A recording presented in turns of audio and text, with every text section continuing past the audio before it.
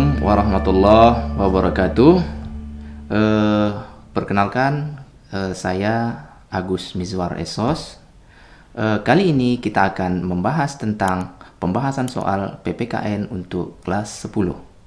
Baik, kita akan memasuki pembahasan yang pertama. Soal yang pertama,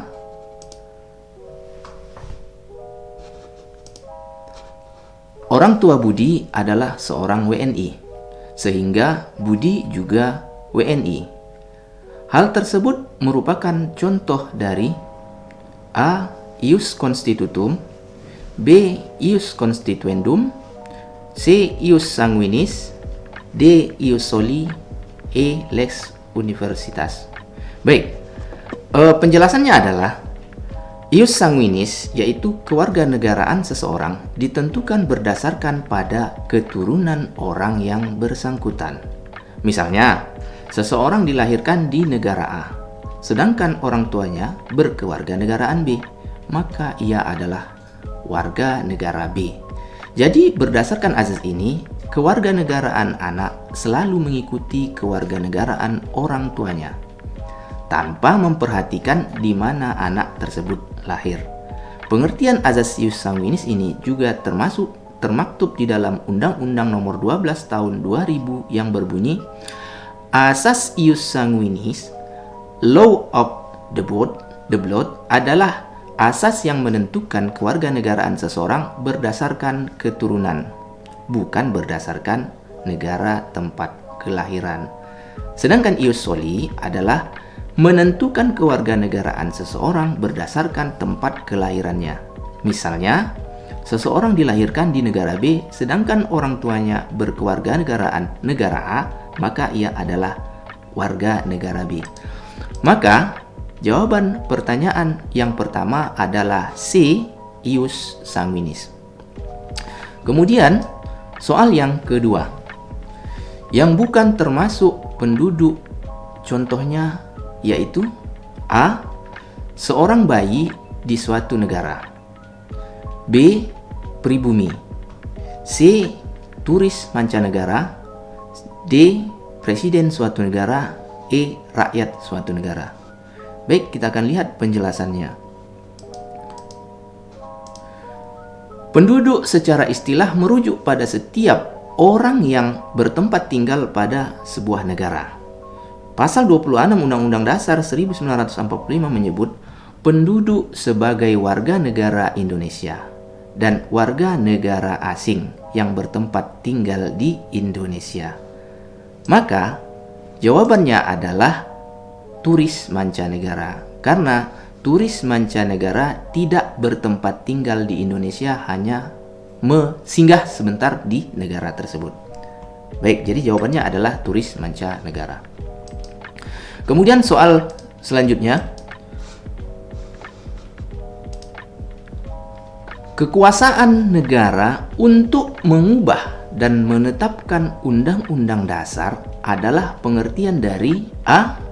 Kekuasaan legislatif, B. Kekuasaan konstitutif, C. Kekuasaan yudikatif, D. Kekuasaan eksaminatif, E. Kekuasaan eksekutif.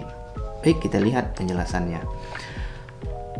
Kekuasaan konstitutif adalah kekuasaan yang memegang fungsi mengubah dan menetapkan undang-undang dasar. MPR atau Majelis Permusyawaratan Rakyat di Indonesia memegang kekuasaan tersebut. Berdasarkan pasal 3 ayat 1 Undang-Undang Dasar 1945, Majelis Permusyawaratan Rakyat berwenang mengubah dan menetapkan undang-undang dasar. Maka jawaban dari pertanyaan tersebut adalah kekuasaan konstitutif. Jawabannya adalah B. Kemudian selanjutnya, soal yang keempat. Kekuasaan negara untuk menjalankan undang-undang dan penyelenggaraan pemerintahan negara adalah pengertian dari A. Kekuasaan legislatif, B. Kekuasaan konstitutif, C. Kekuasaan yudikatif, D. Kekuasaan eksaminatif, D. E. Kekuasaan eksekutif. Penjelasan dari pertanyaan tersebut adalah Kekuasaan eksekutif adalah kekuasaan yang berfungsi untuk menjalankan undang-undang dan menyelenggarakan pemerintahan negara. Kekuasaan eksekutif dipegang oleh seorang presiden dan wakilnya sebagaimana dinyatakan dalam pasal 4 ayat 1 Undang-Undang Dasar 1945. Presiden Republik Indonesia memegang kekuasaan pemerintah menurut Undang-Undang Dasar. Maka jawaban daripada pertanyaan yang keempat adalah kekuasaan eksekutif. Ya. Kemudian selanjutnya pertanyaan yang kelima. Berikut ini merupakan ciri-ciri daripada sistem pemerintahan parlementer kecuali A. Terdapat hubungan yang erat antara eksekutif dan legislatif. B. Eksekutif dapat membubarkan parlemen. C. Eksekutif bertanggung jawab kepada legislatif. D. Kabinet dibentuk oleh parlemen berdasarkan hasil pemilu. E. Menteri-menteri bertanggung jawab kepada parlemen. Baik, akan kita lihat ciri-ciri daripada sistem parlementer adalah: 1. Jabatan presiden hanya sebagai kepala negara, sedangkan untuk kepala pemerintahan adalah Perdana Menteri. 2. Yang memiliki hak prerogatif adalah Perdana Menteri. 3. Lembaga eksekutif memiliki tanggung jawab terhadap lembaga legislatif. 4. Anggota menteri memiliki tanggung jawab terhadap lembaga legislatif. 5. Lembaga legislatif memiliki wewenang untuk menurunkan lembaga eksekutif.